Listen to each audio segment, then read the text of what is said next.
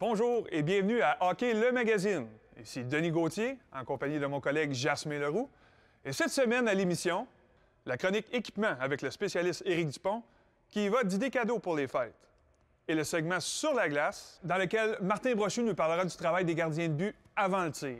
Et toi, Jasmin, qu'est-ce que tu as pour nous cette semaine? Bon, on en apprendra un peu plus sur le parcours vers l'alanage d'un actuel membre de l'Organisation des Canadiens de Montréal, Jérémy Grégoire, qui a toujours été reconnu pour son éthique de travail irréprochable. De plus, une entrevue avec Marie-Ève Couture, une ancienne joueuse des Carabins de l'Université de Montréal et qui est maintenant arbitre au niveau collégial féminin.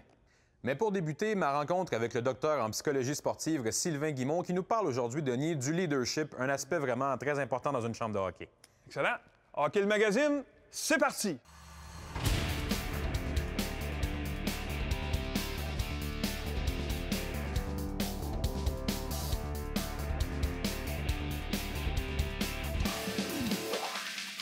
Hockey Magazine, une présentation de vos concessionnaires Subaru du Québec. Subaru, confiance et évolution. Aujourd'hui, en compagnie du docteur en psychologie sportive Sylvain Guimont et également auteur du livre « Le hockey, c'est dans la tête » pour parler d'un sujet qui est, ma foi, extrêmement passionnant, le leadership. Et ça, le leadership, dans le sport, que ce soit le hockey ou un autre, c'est extrêmement important. J'ai envie d'abord de mettre les bases un petit peu, te demander, Sylvain, c'est quoi le leadership pour toi? Le leadership, c'est quelque chose que je ne peux pas demander ou exiger. C'est quelque chose que c'est les autres qui me donnent. Donc, Jasmin, lorsque j'ai du leadership, c'est que les autres savent que je vais prendre soin d'eux. Et c'est eux qui me donnent mon leadership, et non pas moi qui peux l'exiger. Donc ça, première chose, c'est quelque chose de libre. C'est quelque chose de gratuit. Et souvent, il y a une grande base dans le leadership qui est vraiment quelque chose qu'on a naturellement. Donc, souvent, les leaders, c'est des leaders qui sont naturellement des personnes vers qui on voudrait suivre. C'est un point où j'ai envie de t'amener le côté inné. Je te mets un cas de figure. On a un jeune de 8 ans dans la chambre de hockey et lui, il rêve de devenir Max Pacioretty ou un capitaine au hockey. Est-ce que c'est possible de développer cette habileté-là ou est-ce que c'est quelque chose qui est inné et que tu auras beau le vouloir, il y a une partie que tu n'arriveras jamais à avoir? C'est exactement. Il y a 50 à peu près des leaders qui sont de façon vraiment naturelle, innée. Et il y a 50 où on peut les prendre aussi. On peut développer vraiment des qualités précises à être un bon leader dans la façon de communiquer, autant verbalement que par les gestes que je vais poser. Fait que oui, effectivement, ça s'apprend, mais il y a une partie qui est naturelle qu'on a en nous. Je te demande quelques habiletés qu'on peut développer en tant que leader. Il y en a des innées. Parle-moi de celles qu'on pourrait développer, par exemple, pour quelqu'un qui dit « Moi, j'ai envie de prendre cette voie-là et de me dire que je voudrais être le capitaine de mon équipe d'ici 1 an, 2 ans, 3 ans. » Qu'est-ce qu'il doit travailler? J'ai séparé ça en 6 parties. La première chose, c'est lorsque je veux être un leader, il faut que je sois compétent. Et ça, c'est mes connaissances. C'est ce que j'ai appelé le QI. C'est les connaissances qu'on va chercher. Il faut donc que je sois compétent dans mon domaine pour être un bon leader. Le deuxième point, c'est d'avoir un quotient relationnel élevé. Quotient relationnel, pour les jeunes, c'est la même chose, qui sont à l'aise, qui sont bien à parler avec les autres, qui sont des gens qui vont être sociaux. J'ai besoin d'être quelqu'un de sociable si je veux créer un lien puis une relation avec d'autres personnes. Le troisième point, c'est le quotient motivationnel, c'est la motivation qui est intrinsèque. Il faut que je sois quelqu'un, qui est motivé et qui est motivant aussi. Le troisième point, c'est d'avoir un quotient humoristique, d'être capable de rire de moi, d'être capable de rire des situations, de ne pas me prendre au sérieux. C'est un quotient qu'on penserait moins, celui-là, il est important aussi. Il est très important. C'est un quotient où je ne me prends pas au sérieux, où je suis capable de rire de moi-même puis d'avoir de la dérision. Et c'est vrai pour des plus jeunes comme pour les plus âgés. Et l'autre point, c'est un quotient que j'aime beaucoup, qui est le quotient du questionnement, c'est de se remettre en question. Les gens qui sont de bons leaders vont se remettre en question constamment et c'est correct de se mettre en question parce que lorsque je me remets en question, je vois si les valeurs qui me sont chères sont respectées dans ce que je fais. Et remettre en question, ça inclut un petit peu aussi d'accepter parfois d'avoir fait un échec ou une mauvaise décision. C'est vraiment un tout là-dedans. Là. Oui, et aussi, ça me permet que c'est peut-être quelqu'un d'autre qui va me mettre en question. Puis je vais être capable de ne pas me sentir menacé par ça, mais d'être solide derrière ce que je crois, derrière comment j'agis. Donc, le questionnement, il peut venir de moi, mais il peut venir aussi de personnes autour de moi. J'ai envie de te mettre un autre cas de figure, encore une fois. C'est un mot peut-être un petit peu plus négatif, mais tu as un entraîneur, il dirige, on va dire, au niveau bantam. Il a un gars dans son équipe, un joueur qui, parfois a moins la bonne attitude, celle dont tu me parles, il l'a moins un petit peu. Est-ce que c'est possible, ou en fait, plutôt, comment faire pour ramener ce joueur-là dans le groupe et lui faire sentir qu'il fait partie du groupe et qu'il tourne dans le bon côté du leader? Jasmin, dis-toi que dans une équipe, tu as des gens qui vont être des gens qui sont extrêmement positifs, qui sont positifs, qui vont être là pour les autres. Il y a des gens qui sont des suiveux, puis il y a des gens qui vont être négatifs, qui vont toujours tirer vers le bas. Ce qu'on veut, c'est que les gens qui vont suivre les leaders qui vont donner le bon exemple. Mais effectivement, il y a des gens qui vont donner justement le mauvais exemple. Ces gens-là, lorsque ça arrive, il faut l'adresser immédiatement et il faut surtout protéger l'ensemble de l'équipe. Et souvent, ils ne le font pas de façon mal intentionnée, mais ils sont mal habiles, souvent ils sont mal avec eux-mêmes, puis ils vont faire en sorte que le reste du groupe va être aussi mal à l'aise avec eux. Donc, c'est important de bien identifier ces jeunes-là aussi. Bien, les jeunes capitaines, vous avez le message pour travailler sur votre leadership. Merci beaucoup, Sylvain Guimond. Merci mille fois. Cette semaine, à la question quiz. Ancien membre des Saguenayens de Chicoutimi et du Raccord de Bécomo dans la LHJMQ, Jérémy Grégoire a déjà mis la main sur le trophée Marcel Robert à titre de joueur étudiant de l'année. Pendant combien de saisons consécutives a-t-il mérité cet honneur? Les choix de réponse sont A. 4, B. 3 ou C. 2. La réponse après la pause.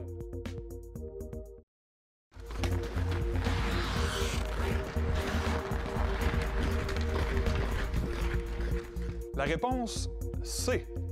Joueur qui excelle autant sur la patinoire que sur les bancs d'école, l'espoir du Canadien a mérité cet honneur pendant 2 saisons consécutives, soit en 2013-2014 et 2014-2015. Depuis 1980-81, ce trophée est remis annuellement aux joueurs de la LHJMQ qui combinent les meilleurs résultats sportifs et scolaires. Le premier récipiendaire de ce trophée était François Lecomte, alors qu'il évoluait à l'époque avec le défunt Junior de Montréal. On a donc réalisé une entrevue avec le natif de Sherbrooke, en Estrie. J'ai commencé mon hockey mineur aux États-Unis. Mon père, c'est un joueur de hockey minor pro, qu'on appelle. Donc, j'ai commencé au Texas, dans une grange. Donc, c'était des débuts différents que d'autres. Puis, ce qui est spécial dans ce niveau-là aux États-Unis, c'est que c'est pas par âge, c'est par année d'expérience. Moi, c'était ma première année, mais je jouais avec des jeunes de 13-14 ans qui étaient aussi à leur première année. C'est comme ça que le hockey mineur était là-bas. Puis après ça, je suis revenu à Sherbrooke. Ça a toujours été dans les niveaux élites. J'étais quand même un bon joueur quand j'étais jeune. Donc 2B, 2A, ensuite Bantam, puis Midget 3 à 14 ans. Ma première année Bantam 2A, j'ai vraiment eu une bonne saison. Puis j'étais un joueur assez dominant. Puis on avait une bonne équipe aussi. Puis d'avoir été dominant cette année-là, ça m'a permis de faire le saut un an plus jeune au Midget 3. Tu sais, le Colisée de Québec, c'est un super beau tournoi, puis c'est marquant parce que quand tu es jeune, on dirait que tu vois toujours tout plus gros. Puis même quand tu es junior majeur, c'est impressionnant. Donc, puis oui, là, c'est 10 fois plus grand. Oui, il y a plusieurs personnes qui m'ont aidé dans mon cheminement au hockey mineur, dont ma famille qui m'a toujours entraîné. Je dirais mon grand-père qui a l'expérience junior majeur, puis mon père aussi. Donc, eux autres, ils m'ont formé. Mais ensuite, les Martin Bernard qui m'a vraiment appris beaucoup au niveau de la détermination, puis de ne pas lâcher au niveau midget 3. Puis Éric Veilleux qui a été spécial au niveau junior majeur. Un obstacle que j'ai réussi à surmonter, c'est mon année de repêchage à 17 ans. J'avais eu une super belle année à 16 ans à Chicoutimi, puis j'avais fait partie de l'équipe Ivan Linka de Hockey Canada. Donc, les attentes étaient élevées là, pour mon repêchage, puis j'ai pas nécessairement eu une bonne saison, mais j'ai eu d'excellentes séries, j'ai réussi à être repêché. Puis mon année de 18 ans s'est super bien déroulée, puis j'ai réussi à signer mon contrat après une première année, là, ce qui est peu commun là, pour un choix de 6e ronde. L'aspect familial est important, surtout au hockey, où quand tu es jeune, tu peux pas conduire ton auto puis on joue assez loin. Là. Donc les parents, il faut qu'ils soient impliqués. Puis j'ai eu la chance d'avoir des parents qui étaient vraiment attentionnés pour ça, puis qui connaissaient le hockey, puis ils savaient nos besoins là, avec moi. Puis j'ai un jeune frère en ce moment qui joue pour le Phoenix de Sherbrooke. Donc on peut dire qu'on est une famille de hockey. J'ai touché à pas mal tout, là, le tennis, le basketball, le soccer. Puis c'est le fait d'être un athlète plus qu'un joueur de hockey qui est important quand on est jeune, puis aussi de s'amuser. C'est en plein ce que j'ai fait, puis c'est plus au niveau de midget 3 là, ou Bantam, 13-14 ans qu'on s'est spécialisé. Mais avec mes amis, je continue à jouer dans la rue pendant mes temps libres. Là. Oui, ce jour-là, en juin 2013, ça a été spécial d'avoir été repêché par le Canadien. Puis c'est plus 3-4 ans après qu'on le réalise parce que tout le cheminement que j'ai fait à 2 ans dans la Ligue américaine, puis là, on s'en vient à Laval, essayer de percer avec le grand club en tant que francophone. Les gens, ils te reconnaissent, puis je pense pas que ça aurait le même impact si je jouais ailleurs aux États-Unis. Mes idoles de jeunesse, j'avais Jason Spezza. J'étais un fan des Sénateurs d'Ottawa quand j'étais jeune. Donc, un bon droitier, mais je compare plus mon jeu à celui de Patrice Bergeron ou un joueur comme Jerome McGinley.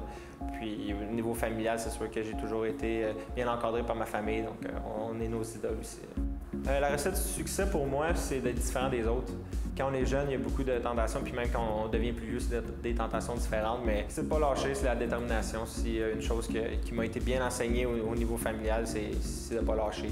Puis il va y avoir des obstacles, mais c'est de savoir les surmonter après ça. Puis si on lâche, on ne saura jamais ce qu'on aura pu accomplir.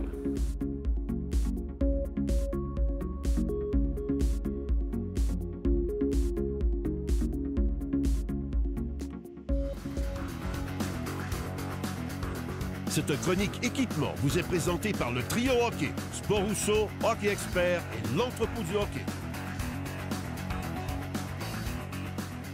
À quelques jours de Noël, on vous présente cette semaine une chronique équipement qui viendra possiblement vous faciliter la tâche lors de votre magasinage de Noël. On va laisser l'équipement de côté et on va laisser notre spécialiste Éric Dupont y aller de quelques suggestions qui vont peut-être être intéressantes à mettre sous le sapin cette année. Un produit populaire comme cadeau, c'est tout le temps le chandail du Canadien. Tout le monde aime avoir son chandail du Canadien. Et puis cette année, la LNH a changé de fournisseur. Donc Reebok n'est plus disponible. C'est maintenant sur les produits Adidas et Fanatics. Le nouveau chandail Authentic Pro Adidas, la Saint-Flanelle, est conçu d'un nouveau matériel avec une sangle de combat. En plus, la version Authentic Pro portée par les joueurs est disponible à un prix beaucoup plus abordable que les versions authentiques du passé. Il est disponible encore dans le rouge et le blanc, avec ou sans nom de votre joueur préféré. Dans un autre ordre d'idée, il y a un cadeau très original qui ferait certainement plaisir à ma femme et plusieurs mamans à la maison.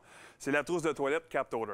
Exactement, Denis. C'est vraiment la trousse parfaite pour tout joueur de hockey de tout âge. Il inclut un gel de douche, un vaporisateur anti-odeur et un hydrogel pour les mains. En plus d'un sac de transport pratique pour y mettre son ruban, ses lacets ou tout autre accessoire. Alors maintenant, le summum des cadeaux pour les jeunes. On a tous été déjà des grands athlètes au mini-bâton. Le fait d'un corridor dans les sous-sols, des marques sur les murs, les bâtons de bois. Les jeunes, aujourd'hui, il faut le dire, sont vraiment gâtés. Des bâtons en composite, des mini-filets, c'est la grande classe. C'est vraiment le hockey de sous-sol à un autre niveau. Les bâtons en composite de gardiens-joueurs Bauer CCM Warrior, inspirés de ce qu'on retrouve sur la patinoire. Moi-même, dans mon sous-sol, j'ai ça. Ça, les bâtons avec l'ensemble des mini-filets, c'est des heures de plaisir à Noël, un samedi après n'importe quand. C'est vraiment incroyable. Autant les jeunes que les papas, hein? Exactement. Exact. Il y a aussi une gamme intéressante de linge ou de vêtements Under Armour qu'on peut compléter les cadeaux aussi.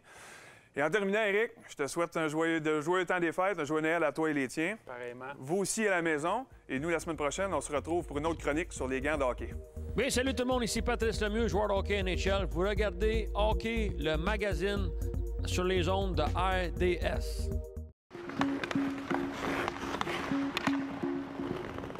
On est en compagnie cette semaine de Mme Marie-Ève Couture, arbitre au niveau collégial féminin. Marie-Ève, parle-moi un petit peu de comment ça a commencé l'arbitrage pour toi. Le monde de l'arbitrage féminin, c'est un monde qu'on connaît moins encore un petit peu que celui masculin. Pour toi, comment ça a commencé? En fait, moi, je suis une ancienne joueuse de hockey au niveau universitaire. Puis, ça fait après quelques années que j'ai fini ma carrière, comme je pourrais dire. Je voulais essayer de me retrouver dans l'action un petit peu. Puis, ça, je croyais qu'en étant arbitre, c'était une bonne façon de le faire. Comment tu as trouvé ça au début? Parce que quand tu as commencé à arbitrer, c'était des niveaux masculins, forcément dans le hockey mineur, dans ta région où tu étais. C'est un choc à chaque fois quand même un petit peu pour les arbitres féminins. Comment ça s'est passé pour toi? Moi, ça s'est quand même plutôt bien passé. J'ai commencé comme tout le monde, en fait, niveau novice, à tombe, puis oui, connaître les procédures, les rudiments du métier, là, comme on dit. Ensuite, avec le niveau féminin, il y a les coupes Dodge.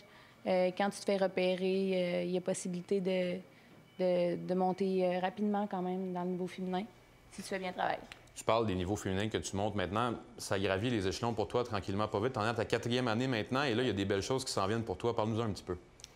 Je viens d'apprendre que je vais avoir la chance d'officier le championnat national des moins de 18 ans qui aura lieu à Québec dans plusieurs semaines. Donc, plusieurs aussi des matchs universitaires, collégiales et éventuellement peut-être des matchs dans la Ligue CWHL, donc, les Canadiennes.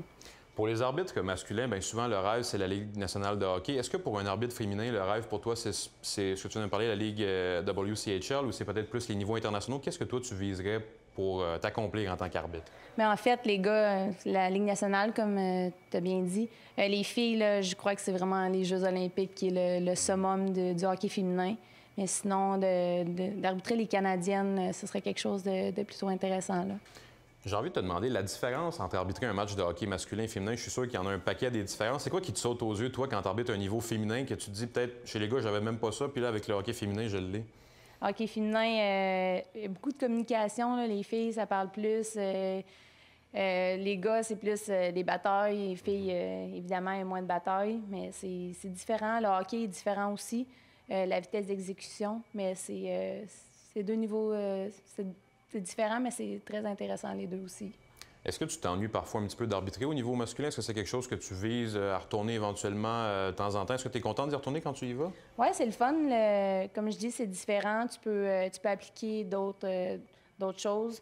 Non, c'est quelque chose que je veux continuer à faire pour de peaufiner mon arbitrage en général. Est-ce que pour toi, l'arbitrage, c'est un passe-temps, c'est un loisir, c'est un but de faire ça un jour de ta vie en général? À quel point tu es tombé en amour avec ce loisir-là? Oui, c'est sûr que j'ai un travail à l'extérieur de l'arbitrage, mais honnêtement, moi, c'est comme un sport. Oui, je veux être la meilleure possible, je veux toujours m'améliorer, mais ça fait un petit peu partie de moi, là, je dirais. Je me dis pas que je m'en vais travailler quand je vais arbitrer un match. J'essaie d'apprendre le plus possible.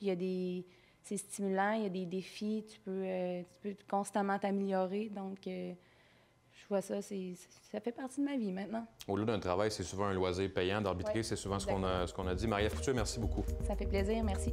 Bonjour, ici Marc-Édouard Vlasic des Sharks de San Jose. Vous regardez le Hockey le Magazine à RDS.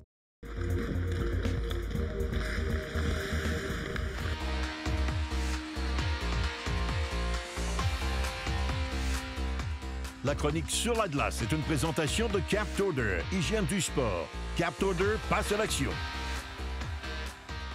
J'ai le plaisir d'être avec un nouveau collaborateur cette saison, Martin Brochu. Martin qui est un ancien gardien de but professionnel, également directeur général à l'Académie de hockey Joël Bouchard. Martin, tout au long de la saison, dans tes chroniques, tu vas nous parler du travail des gardiens de but, des choses plus spécifiques, plus pointilleux. Qu'est-ce que tu vas nous amener aujourd'hui? Aujourd'hui, on va parler du travail du gardien de but avant le lancer. On va démontrer les différents aspects, les différentes étapes. Donc, c'est très important de suivre les étapes pour être efficace au niveau de l'arrêt, au niveau du retour de lancer, s'il y a lieu. Bien, parfait. On va aller chercher un gardien de but, puis on va travailler ça. Donc, Martin, comme premier exercice, tes joueurs sont placés, ton gardien de but semble prêt. Qu'est-ce que tu veux amener comme exercice? On va démontrer le travail avant le lancer pour le gardien de but. Dans cette situation ici, c'est sûr qu'il y a différentes possibilités d'exercice. On a choisi un exercice que la rondelle part en bas ici de la zone et il va y avoir une passe qui va être effectuée dans le haut. On veut que le gardien de but soit bien positionné à son poteau debout. On ne veut pas de gardien de but qui est à terre sur ses genoux avant une passe, très important. Donc, s'il veut être à temps pour arriver pour la passe, c'est très important de rester debout, de prendre une bonne prise d'information. Donc, ça, c'est avant la passe soit effectuée. Donc, très important, gardien de but, prendre une bonne prise d'information si le joueur est en situation de tir sur réception ou est situé le joueur dans l'enclave. Donc, très important de prendre une bonne prise d'information. Donc, on arrête l'exercice ici. Donc, troisième étape, ce qu'on veut, c'est que le gardien batte la passe, très important. Très important de battre la passe, d'être en haut de son demi-cercle. Et l'erreur ici, on voit le gardien de but a poussé vers le joueur et non pas vers la rondelle. Donc, il y a un petit espace côté bouclier là, pour le joueur, donc il n'est pas bien positionné. Il va se tasser un petit peu, effectivement. Excellent. Donc là, présentement, le gardien de but est gros dans son filet, il est en haut de son demi-cercle, prend beaucoup d'espace, donc il y a moins d'options pour le tireur. Si on recommence l'exercice du début, le gardien est bien positionné à son poteau, prend une bonne prise d'information, une passe qui s'effectue. Il faut qu'il batte la passe, très important. Boum, lancer. Très facile pour le gardien d'effectuer l'arrêt, contrôler son retour et peut-être possiblement un retour de lancer, s'il y a un retour de lancer, d'être en bonne position aussi. Dans la prise d'information que le gardien doit prendre, là, au-delà de la location du joueur sur la patinoire, qu'est-ce qu'il doit regarder? Si le joueur est pas gaucher, droitier, très important. Si le joueur est droitier, on sait qu'il va être plus difficile de lancer sur réception. Donc, est-ce que le joueur, c'est quoi les options? Est-ce qu'il est bien couvert? Très important aussi. Mais ce qui est important aussi lors d'une passe, c'est de battre la passe, c'est d'arriver avant la passe. On ne veut pas de gardien qui pousse et qui finit plus de pousser et monte un petit peu trop haut et n'est pas stable lors du lancer. Donc, si le gardien de but pousse, freine, est en bonne position là, lors de la réception de passe, va augmenter énormément ses chances de faire l'arrêt, de contrôler le retour. Donc, il veut être bien établi avant même que le joueur reçoive. Exactement, exactement. Si on peut aller directement voir.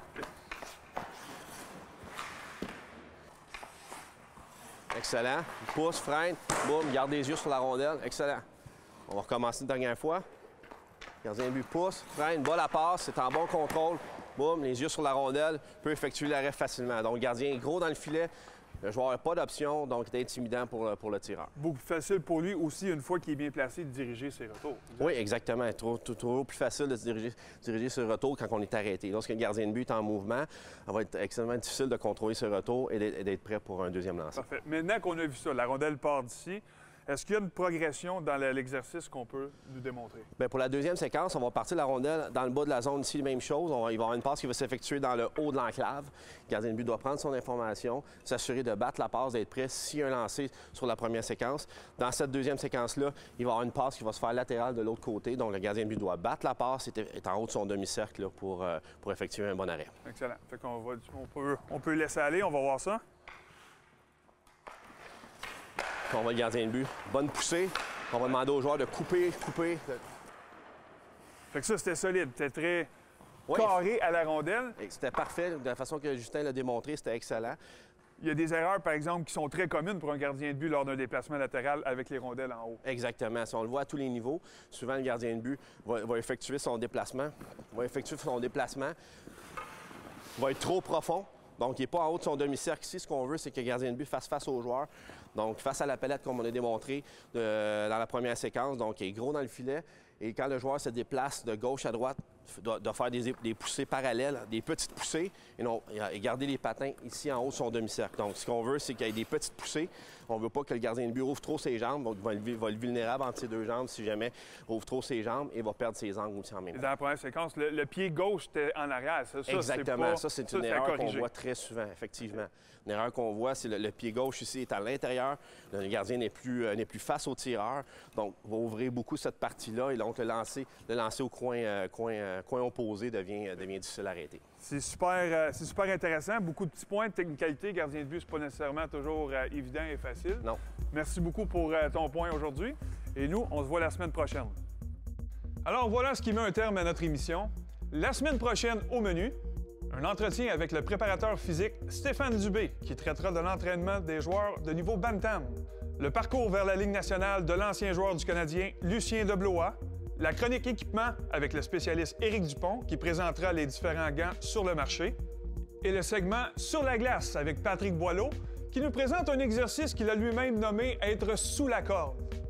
Nous, on se donne rendez-vous la semaine prochaine pour une autre émission de Hockey le Magazine. Hockey le Magazine vous a été présenté par vos concessionnaires Subaru du Québec. Subaru, confiance et évolution.